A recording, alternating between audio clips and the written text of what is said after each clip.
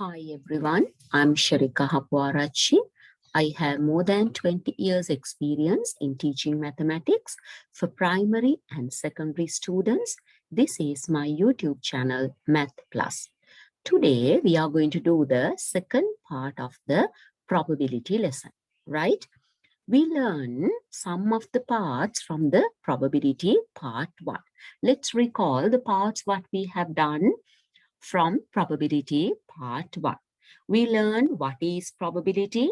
Yes, the probability means the chance of happening. We learn that. Then we learn the probability scale. There I have explained. Now, when you write number 0, it indicates the impossible events. And number 1, it indicates the certain events. And all the other events can be seen in between 0 and 1. Then we calculate the probability. And after that, we have done some of questions which is related to the probability. Let's move to the today's lesson. Now, today we are going to do the second part of probability. First of all, you should know what is sample space diagram because it is very, very important. Now, when you are doing the probability, you should know what is the sample space diagram. Now, sample space diagram means now according to your event, you can show it in a diagram. Because normally when you show something in a diagram, it's very easy for you to get the information. Now, according to this sample diagram, I have a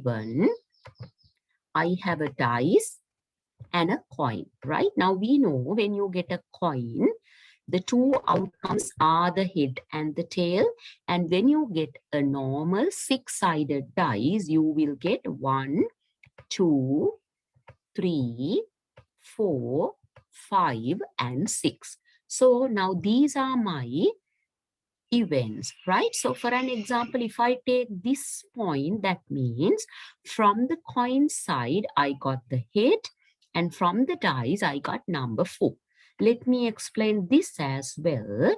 From the coin, I got the tail side, and from the dice, I got number 5. Like that way, easily you can get your information by looking at the sample space diagram. So therefore, when you do probability, the sample space diagram is very, very important, right? Let's move to the next part of this, right? And the other thing is, now we know in probability, there are two parts, right? In probability, we learn two parts. The first type we call the experimental probability, and the second part we call the theoretical probability. First, we'll learn what is experimental probability. Experimental probability is probability that is determined based on the results of an experiment repeated many times. So the most important thing is here, it repeated many times. So you have to remember that as well, right? Okay. Now, how do we find the experimental probability of an event? You should get the number of times event occurs, then that answer you have to divide it by the total number of trials, right? We'll get this example. A coin is tossed 10 times, a head is recorded 7 times, and a tail 3 times. So I want to find the probability of getting head. So it for 7 times, so then it should be 7 out of 10. And the tail, it's for 3 times, so it should be 3 out of 10. So you make sure when you find the experimental probability, we get this, it repeated many times. So that's the most important thing in experimental probability, right? Okay. Now let's move to the theoretical probability. The theoretical probability is the probability that is determined on the basis of reasoning, right? Now, this is how we find the theoretical probability: number of favorable outcomes, total size of sample space. Now, I have a dice right? I want to get number 3. So when I get these dice, now what are my outcomes? If it is a normal 6-sided dice, these are my outcomes. I can get number 1 or 2 or 3, 4, 5 or 6, right? So these are my outcomes when I throw a die. Right? Okay. Now, what's the question? Now, if I want to get number 3, now there are 6 outcomes. From those 6 outcomes, I'll get number 3. That means only one event. So how can I show my probability? We write it 1 over 6, right? So 1 over 6, when you divide, you can get the decimal form as well. Let me show it, right? So what you should do, 1 you divided by 6. Now inside 1 we know we don't have. So then you put the decimal point and take 0. So inside 10 I have 1 6. 6 times 1 it's 6 and 4 remains. Then I'll get another 0. Inside 40, 6 times 6 it's 36. So 40 minus 36, 4 remains. Again, I can get 40. So inside 40, I can say take 6 and it's 36. Now, can you see it's repeating, it's recurring, right? It's not ending. So therefore, what should I do? I can write it as 0.16.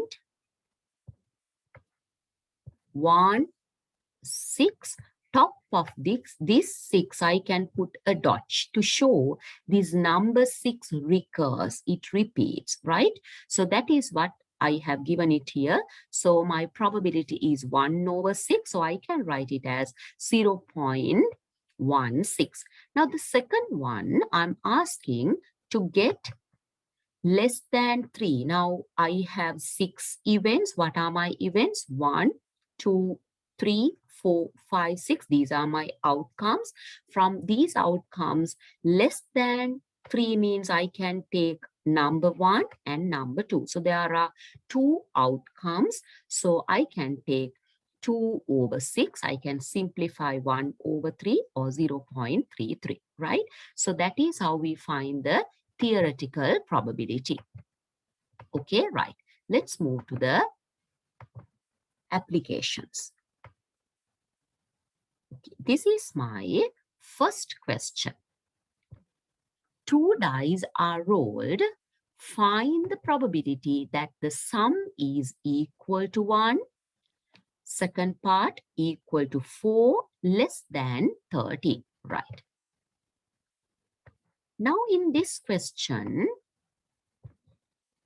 you have to find the sum. Now, there are 2 ways of writing this. Okay, now I will show both. Either you can use the sample space diagram. This is how I have taken with the sample space diagram, or you can do listing. Now here I have list all my outcomes. Now when I get 2 dice, 6-sided dice, from the first dice I have 1, 2, 3, 4, 5, 6, and from the second dice I have 1, 2, 3, 4, 5, 6. So I have list all my outcomes. So altogether I have 36 events, right? The same thing I can show it on a sample space diagram. Now, according to this question, I want to find the sum. Now, when I add the dice 1 and the dice 2, total only I'm going to check.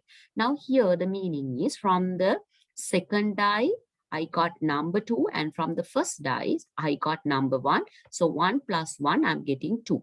Now, if I take this one, here the meaning, from the second dice, it's number 5. And from the first dice, it's 10, right?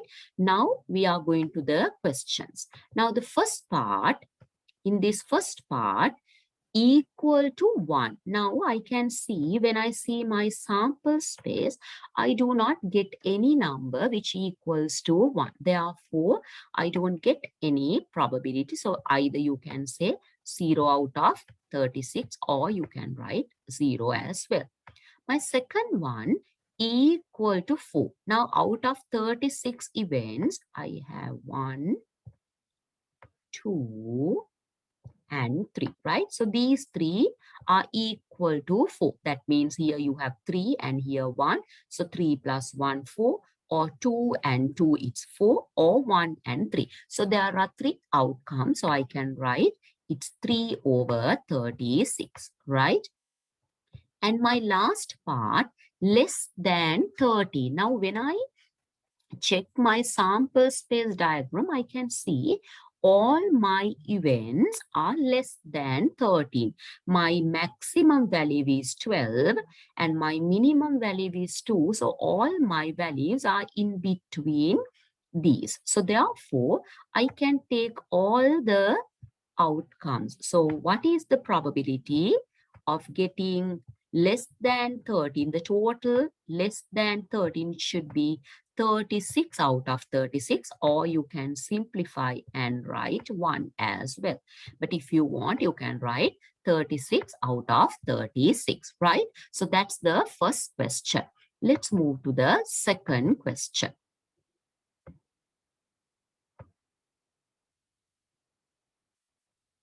Right.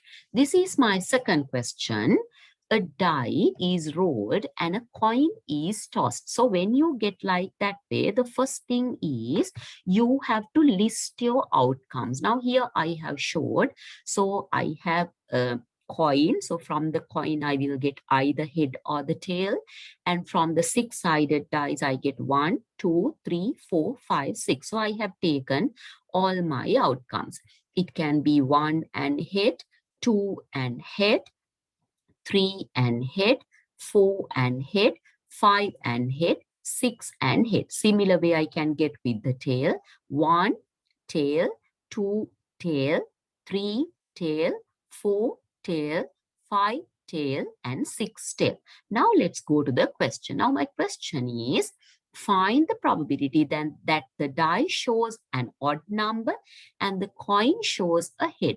So when I get the coin, that means only I can consider these 6 because only these 6 shows the head.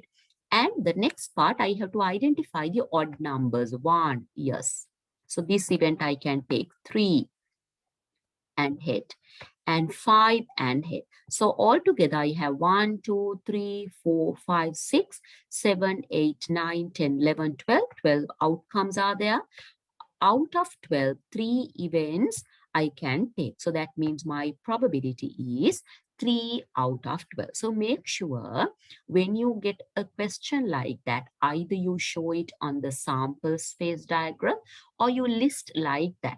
Then it's very easy for you to identify the probability. Let's move to the third question. Right. Third question, two coins are tossed. Find the probability that 2 heads are obtained. Now, when you get a question like that way, first you list, right? 2 coins, so I can take like this. I can take from the first coin, it can be head. And from the second one also, I can get the head. That is my first chance. The second one I can consider tail from the first coin, and from the second coin also I'm getting the tail. And the third one I can take from the first one I get the head, and from the second one I get the tail. And my next one I can get from the first coin I can get the tail, and from the second coin I can get the head. So like that way, the first thing is you have to identify your event according to the situation, right? So I have head, head, tail, tail, head, tail, tail, head, right? Now the question is find the probability that 2 heads are obtained. So only this outcome I can consider. There are 4, so it should be 1 over 4. So make sure either you list or you show it using the sample space diagram, right? Okay, let's move to the next question.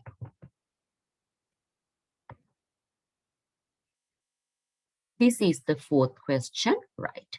Now, in the fourth question, okay, Namal and Nimal go to the public library once every weekday. Given grid shows all the possible ways that they can go to the library during the following week.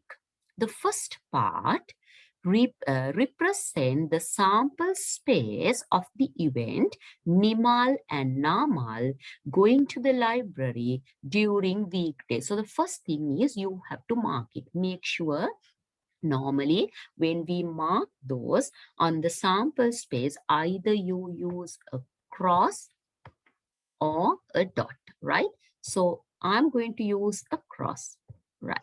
These are my events, okay? So you have to show the Namal and Nimal's events here. Now this is the way we show. So all 5 days they go to the library. These are the possible outcomes.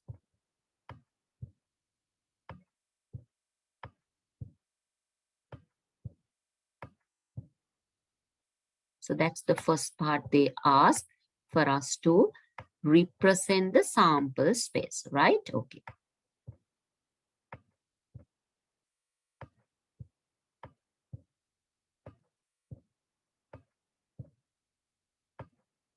Now these type of questions you will get for the O-level paper 1. The second part you will get this type of like a probability, right? These type of questions you will get. So make sure first you identify your events and mark it properly with a cross. Now, even though you can use the dot, better you take the cross because it much more easy to show, right? Okay. Now I have showed all my events, right? Now then I have to count and see how many are there. I have 5 rows and 5 columns. That means altogether I have 25 events, right? We have completed the first part. So they ask us to represent the sample space of the event, right? The second part, find the probability that Nimal going to the library on weekdays. On Wednesday, sorry. So find the probability that Nimal going to the library on Wednesday. Now from these 25, we have to identify Nimals, right? So this is the Nimal side. From the y-axis, you can see the Nimal side. Wednesday, so Nimal goes on Wednesday, 1, 2, 3, all are Wednesdays, right? Okay, 4 and 5. There are 5 outcomes from the total outcome. That means when I find the probability, it should be 5 because all 5 Wednesdays, then 5 out of 25, right? So if you want, you can simplify or else you can keep like this, right? So we found the probability, right? Let's move to the next question. That will be your last question. Right. This is the 5th question. Now in the 5th question, what they say, in a box, there are 4 identical cards. Now it can be the size is same, right? So there are 4. That is why we use the word identical. In a box, there are 4 identical cards marked 1 to 4 on each. A card is taken out of the box, marks its number, and after putting that card into the box, another card is taken out and marks the number. So that I can take this is my first and this is my second. Okay. Now I have the card. So there I have marked 1 to 4. Represent the sample space on the grid, right? That is the same thing I have to do.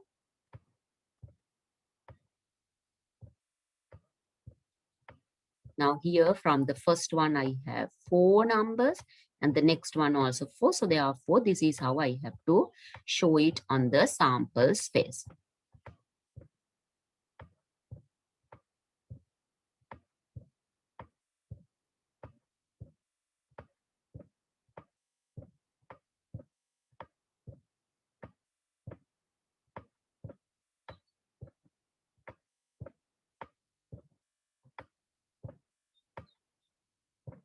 Right. Now, what you have to do, now we'll go to the question. Now they say, find the probability of getting 2 cards in such a way that the total sum of the numbers obtained in both occasions be 5. That means when I add, the total should be 5. Just see here, 1 plus 4 years, it's 5. 2 plus 3 years, it's 5. 3 plus 2 years, it's 5. And 4 plus 1. So altogether, I have 4 rows and 4 columns. So it's 16. Out of 16, I have 4 events, right? Okay. So it is 4 out of 16. Okay. From today's lesson, I will just sum up the things what we have done today. Now, first, we recall the parts what we have done from probability part 1. Then we learned what is the sample space diagram. And then after that, I explain. Now, when we get probability, there are 2 types of probabilities. The first one is the experimental probability. And the next one is the theoretical probability. And then we have done 5 questions. This was the first question, then the second question, third, fourth, and this was our final question, right? So if you have learned anything from this video, please do subscribe and share with your friends. And thanks for watching. We'll do from probability part 3, the tree diagram and the other complicated questions which related to probability. Thank you very much. We'll meet next time.